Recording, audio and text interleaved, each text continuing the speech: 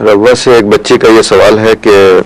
غیر احمدی جو نعتیں ہیں اور حمد پڑھتے ہیں کیا ہم بھی پڑھ سکتے ہیں، جبکہ صدر صاحبہ نے ایک اجلاس میں ایسی نعت پڑھنے سے منع کر دیا تھا؟ غیر احمدی جو نعتیں پڑھتے ہیں محمد رسول اللہ صلی اللہ علیہ وسلم کی تعریف میں، آپ کی مدح میں، اس کا پڑھنا کسی احمدی پر منع نہیں ہے۔ اگر کسی نے یہ موقف اختیار کیا ہے کہ احمدی کے لیے پڑھنا ناجائز ہے، بالکل غلط موقف ہے۔ لیکن ہو سکتا ہے جو نعت پڑھی جا رہی ہو وہ کھوکھلی اور بے معنی سی ہو اور ظاہری تعریف پر مبنی ہو، حضرت محمد رسول اللہ صلی اللہ علیہ وسلم کے گہرے ذاتی حسن کے عرفان پر مشتمل نہ ہو۔ یہ فرق ہے جو حضرت مسیح موعود علیہ السلام اور آپ کے مطابق میں جماعت احمدیہ کی نعتوں میں اور دیگر ظاہر پرست علماء یا شعراء کی نعتوں میں ہے۔ اکثر دفعہ یہ ہوتا ہے کہ ایک شاعر نعتیہ مجلس میں شعر پڑھ رہا ہے اور صاف نظر آ رہا ہے کہ وہ اصل داد اپنے شعروں کی چاہ رہا ہے، نہ کہ رسول اللہ صلی اللہ علیہ وسلم کے حسن کی طرف توجہ مبذول کر رہا ہے۔ وہ اس حسن میں ڈوب کر لکھ ہی نہیں رہا، وہ اپنے شعر و شاعری کے فن میں ڈوب کر لکھ رہا ہے۔ تو ایسے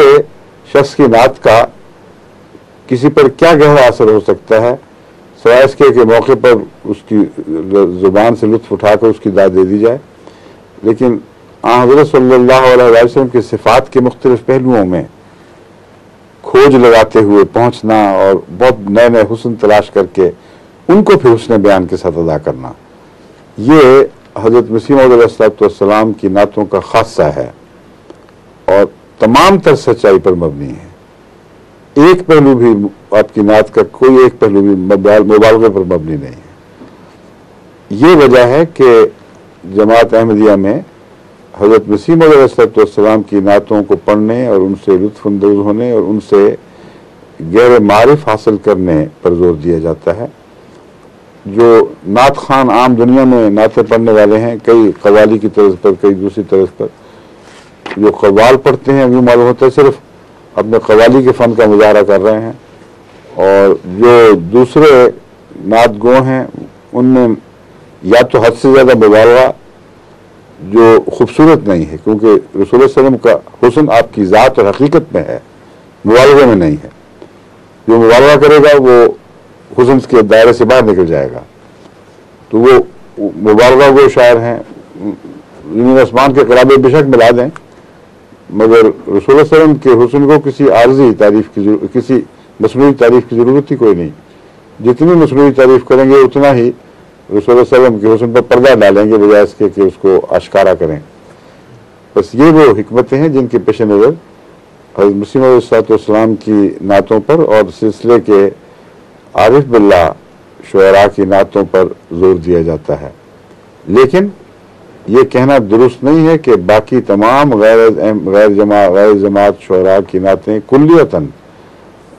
مدح کی حقیقت سے آ رہی ہیں۔ بعض ایسے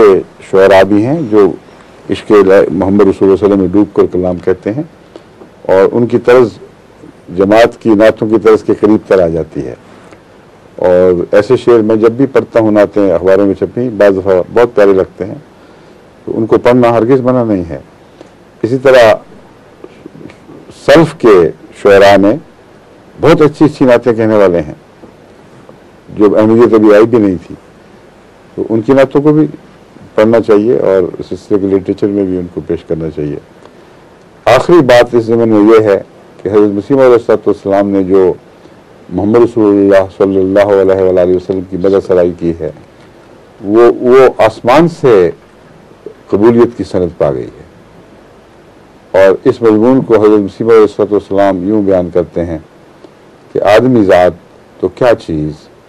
فرشتے بھی تمام مدح میں تیری وہ گاتے ہیں جو گایا ہم نے۔ تو آسمان کے فرشتے بھی محمد حضرت مسیح موعود علیہ السلام کی مدح سرائی میں ہم نوا ہو جاتے ہیں۔ یہ اس لیے کہ آپ کی مدح سرائی نہ صرف حقیقت پر مبنی، سچ پر مبنی، بلکہ ایک ایسے عارف باللہ کی مدح سرائی ہے جس نے محمد رسول اللہ صلی اللہ علیہ وسلم کو وہ حسن دیکھا جو اکثر آنکھوں سے پوشیدہ رہا، کیونکہ اس کے لیے گہرا غوطہ لگانے اور عرفان کی خاص صلاحیتوں کی ضرورت ہے۔ اے شخص تو جان